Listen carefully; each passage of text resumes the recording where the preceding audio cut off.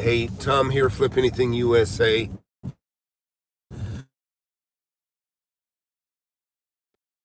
My blog, I share how I built my. Yeah, had an interview the other day, and a really good interview, almost 2 hours.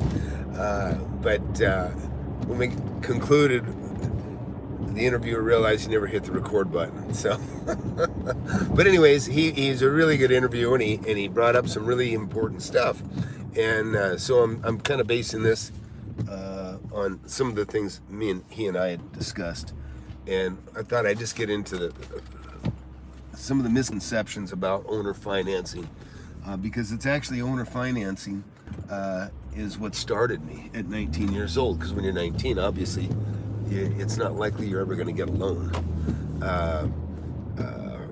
of any substance, of any size.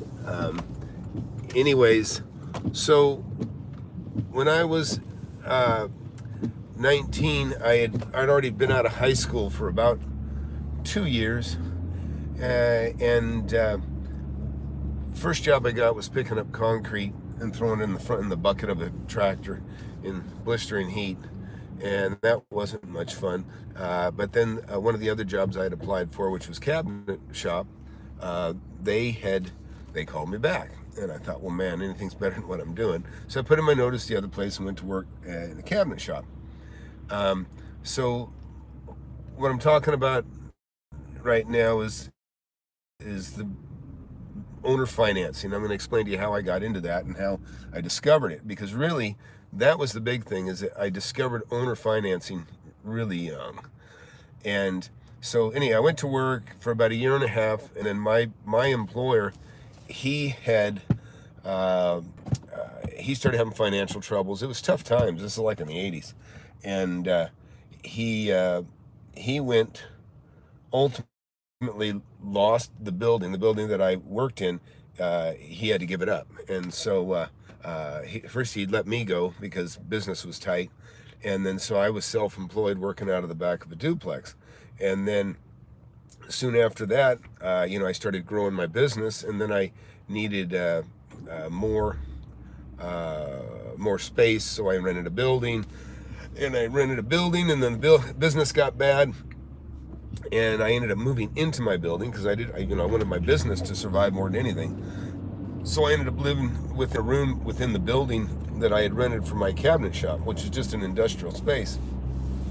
Well, pretty soon landlord found out I lived in the property, and he says, "Look, Tom, I like you." He goes, "But look, this place burns down." He goes, "You're going to die, and I'm going to get sued." And so he said, you can't live here. And so I had to start looking for another place, and one that I could live in is what I was thinking. And so I, reached out to some agents and looking at rentals, and then Mr. Dennis come along, and a young realtor. He's probably in his 30s, early 30s then. I was 19, and we take a ride and we look at some prospects, and then he comes up to one. He goes, "Well, how'd you like to buy this one?" And we pull up, and I go, "Man, I used to work here. It was my boss's old building." And I go, "Yeah, I'd like to buy it." I go, "But how am I going to buy it?" I had long hair down to my shoulders, and I had terrible allergies, and I still do. But back then, with long hair and a combination of bloodshot eyes and allergies, I looked like I was high, even though I wasn't. So I felt like nobody's going to give me a job, or nobody's going to give me a loan. And he said, "Well, no." He goes, "You might be able to get owner financing on this." And he said, "The owners aren't even going to see you, because they were out-of-state owners, or out-of-town owners, I should say, way out of town. And they're somewhere in Los Angeles, and I was on the outskirts of LA.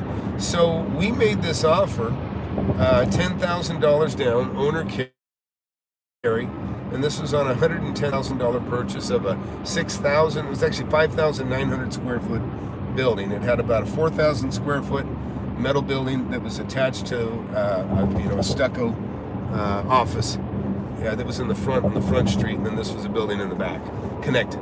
And so the plan is that I'd get a 6-month escrow, and during escrow, they would let me occupy the building. So that's what I structured my offer. This is really important, because what you got to understand is anybody can get a loan. When it comes to owner financing, I don't care how old you are, how bad your credit is.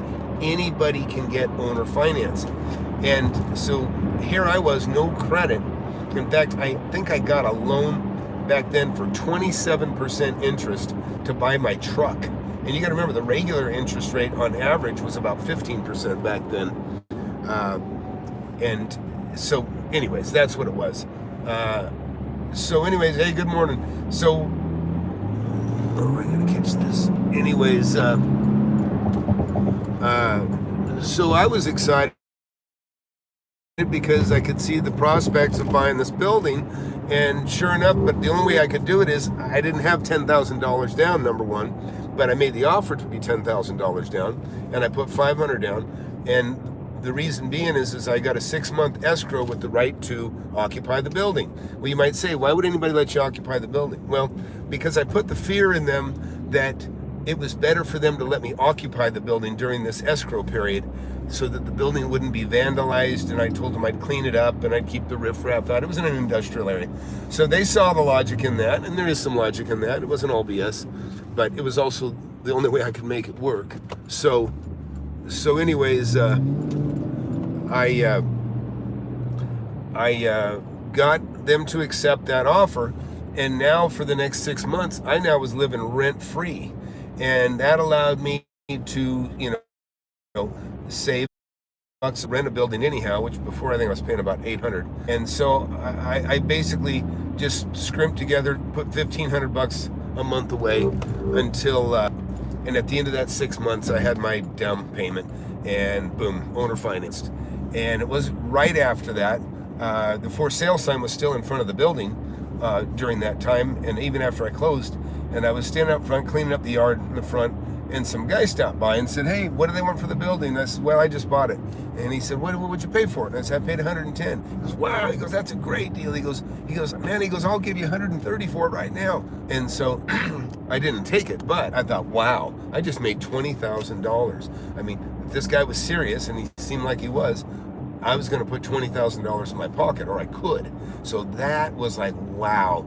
It just took me, it took me 6 months of not paying rent to save $1,500, and now I just made $20,000 in a day. So I had already had an interest in real estate before this. I had already read some books and looked at things before that, but now this really lit a fire under me.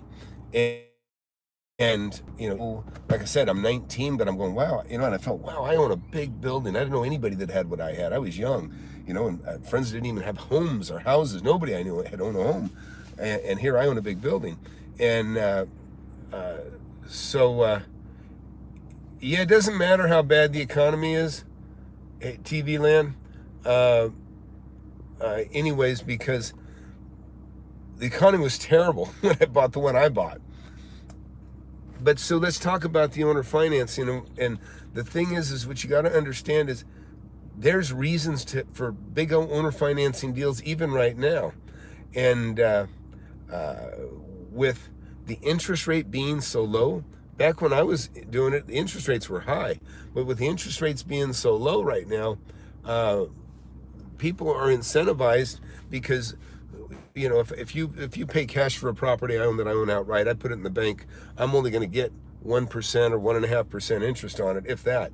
Where if I owner finance it, I can get anywhere from 5 to 10% from you carrying the note, and make much, much more on my money than I would if letting the bank pay it. And the other thing, the argument I always make when I talk to people and I try to get them to owner finance for me, is I just say, hey, I'm doing it, get into your business, but what are you going to do with the money? Are you going to just put it in the bank? And if they say, yeah, we're going to put it away in the bank. And I say, well, why don't you be the bank? And they're like, huh? And I said, yeah, why don't you be the bank? I said, the money that I owe you will be secured by the property. You can take it by foreclosure if I don't pay you as agreed. And so that opens their eyes. And so they start to realize, gee, on a $100,000 loan, they could be getting, $5,000 or $6,000 a year from me, making, $500 a month in interest, or they can go put it in the bank, and they can get, like $100. They can get $100 a month interest. Hey guys, I keep getting this error coming up on my screen. I just wonder if it's affecting the video. Every time you see my hand come up, I'm basically clicking away. Can you? Is this broadcast being interrupted at all? Please let me know if you even hear that. Is everything coming in clearly? Is it being broken up, or is it a good signal?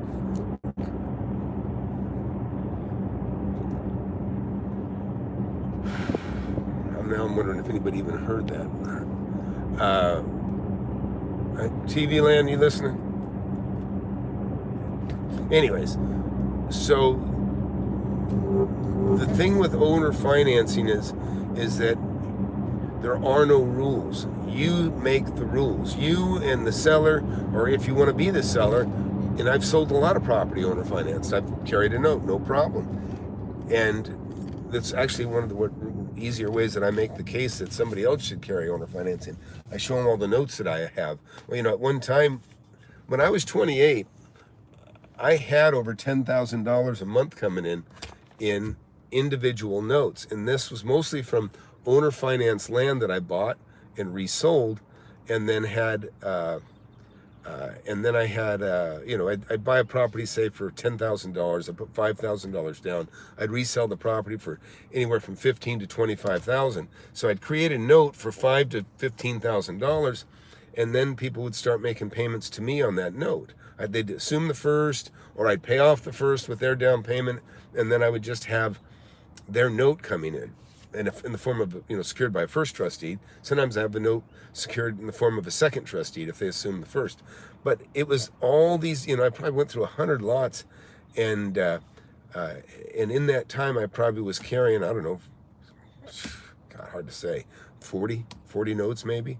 And I had, $100 to $200 a month coming in. I got a fantastic deal. I found a 70-acre piece of property.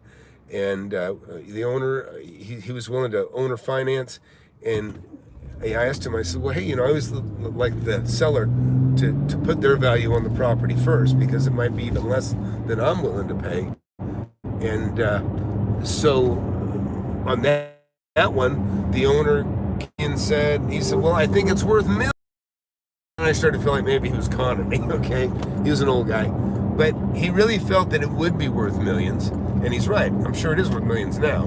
But anyways, it was worth, he said he'd sell it to me for $2,000 an acre, $140,000. And so I put $35,000 down, and he carried the balance of $105,000, probably at 10% or something like that. And over a period of 5 or 7 years or something like that. And so I bought that, and I immediately sold that property. Like within 3 or 4 weeks, I sold that property. From the time I closed it, I sold it for $510,000. I think it was $510 or $520. I think it was $520. Anyways, but I made like $350,000, maybe a little more than that. A little more than that, because I had to pay out commissions to agents and stuff. But so I probably paid $30,000 to agents. And I don't know, I probably put another $70,000 back in my pocket. And now I had a note coming in for $2,450 a month. Okay? And by the way, all that's all in my book. Which, by the way, if I got a great testimonial on my book. If you go into Kindle, you can get this on Kindle for $10. But there's a really nice video testimonial. This guy's an appraiser and an educator, and he teaches classes and everything else, and he said he's bought hundreds of books, and he bought my book. He said he's never recommended a book before, but he highly recommended my book. He said in fact, in another written one I saw, and I don't know the game, but it's a heck of a testimonial, and if you have any apprehensions, please go to Kindle and look for his Jeb Fuller. Look for his testimonial, because it's a good one, and I appreciate it, Jeb, if you're watching the video. But anyways, again, $10, fantastic investment. It's got everything in there, pretty much how I made my first million, and really probably how I made 10, 20 million after that. But it's all pretty much all done the same way, but a lot of this owner financing, it doesn't go away. And the reason there's more reason, the reason people are incentivized to do owner financing today is because the banks pay so little. The banks used to give 10% interest on your savings. It was crazy when they, used to charge 15% for a loan, back when I was a kid. Well, now money's cheap. Money is so cheap that, if I can get somebody to carry a note for 5%, I mean, I can get it cheaper. Right now, I can get loans in the fours right now on big commercial buildings, on houses, even cheaper. But so if I can, if I was somebody that didn't have any credit, and even if I have credit, I'll gladly take a 5% owner carried note just because I know I'm going to be able to sell it to somebody else and they can assume that note. I bought a restaurant one time, 50,000 down, paid $750,000 for it, and that 700,000 they financed it 3% interest. I think the payment was 2,100 or 2,200 a month on a $700,000 loan. It made it very easy for me to resell that property because because by having owner financing.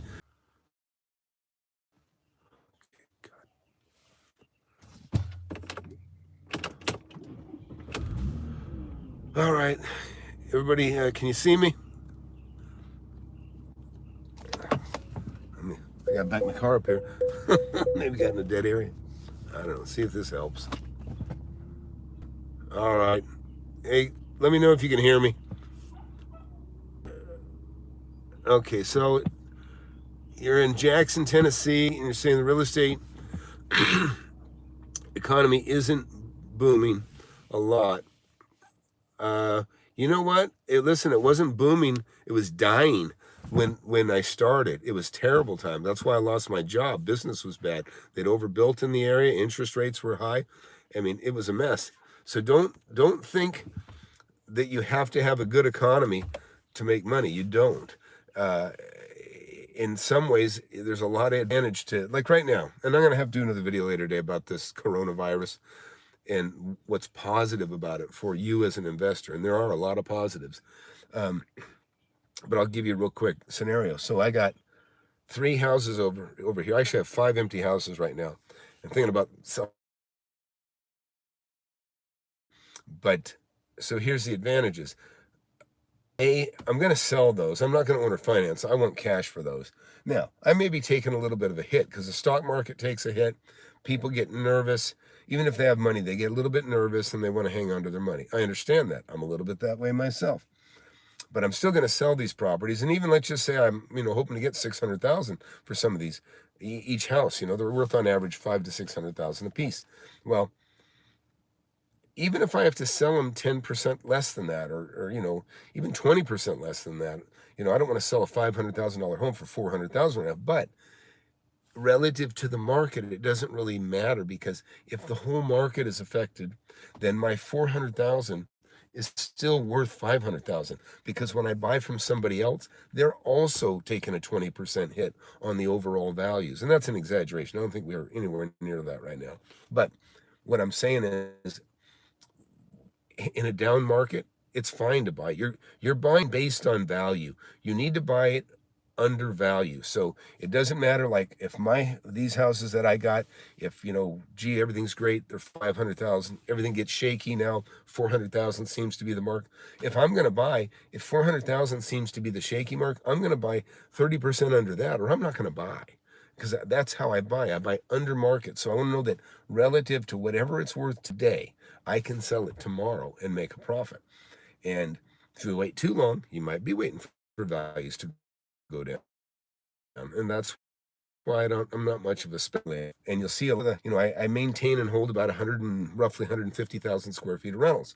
Well, those rentals are all nearly paid for now, and they make money, whether the economy's bad or not. If somebody struggles, I'll cut the rent if I have to, so they can survive. So I can survive, because I don't want to have to look for a new tenant in bad times either. So anyways, I think I got off subject here a little bit. Hey, can everybody hear me okay? Let me know, please. Hit that notification button. We'll do more live events. I want to be able to answer anybody's questions. If anybody's got any questions or about owner financing, like I said, one of the misconceptions is, that you got to be a certain age. You got to be 18, I think, in general, in all states to buy property. But one of the best things is that you can you don't need credit. And here's the other thing: if once you get your owner financing in place and you got it carried, you've kind of taken care of the financing for somebody else for whatever that loan is. That usually, unless you put a name, typical owner financing, there's not going to be a due on sale clause. They're just not going to put it in. They're not going to think about it. But so that allows you to sell the property and let somebody assume your note, and so they can just walk in and take over the note. The other thing uh, uh, is if you do have trouble and you do fall behind in your payments, let's say you have a couple of lates on your owner finance loan, it doesn't show. It's not of record. It's not going to be, it's not going to go on your TRW or whatever they call the thing today. It's not going to reflect in your credit score because they're just not dialed in like a bank. So it's not even of record. People won't even know it necessarily. It's recorded, but that's about it. So a lot of really good things about owner financing. But anyways, I just wanted to get into that, and we'll talk more about this coronavirus stuff and how it can affect the market, really in a good ways, and some of the negatives. But really, right now, it's just fear. It's just fear, and the main thing that does is it makes people pause before spending, and they hang on to their money, and that's understandable. But at the same time, people that are ready to sell, guess what? It makes them think, I got to get out, and they jump the price down. I'll give you an example. I had a property. I made an offer the other day, or 460, I think offered actually, and they came back, 620 or 650. Somebody blew it and offered full price that they were asking for it, and then they backed out. So now these people got it in their head that they're going to get a big fat check. They're not, but later went back, offered I think 510 or 525, and they came back, they got softened up, and they went to 560. Well, then this coronavirus stuff happened. Well, I didn't hear from them. I said, "Nah, forget it. We ain't gonna touch it." And then later on, all of a sudden, we didn't even ask them, and they came back and they said, "Hey, how about 530?" So they went way down from where they were, and so that's what I say. It's because they realize, oh man, this is getting ugly. We better get out of this thing while we can. And all of a sudden, the lower offers look much more attractive to them than they had before. So, anyways, that's it for now. So please share, subscribe, get the book, and if you don't like it, you can send it back and get your money back. But go check out the Kindle. Go look at the testimonials on there. You see, people are very happy with the book, and that's all. See ya.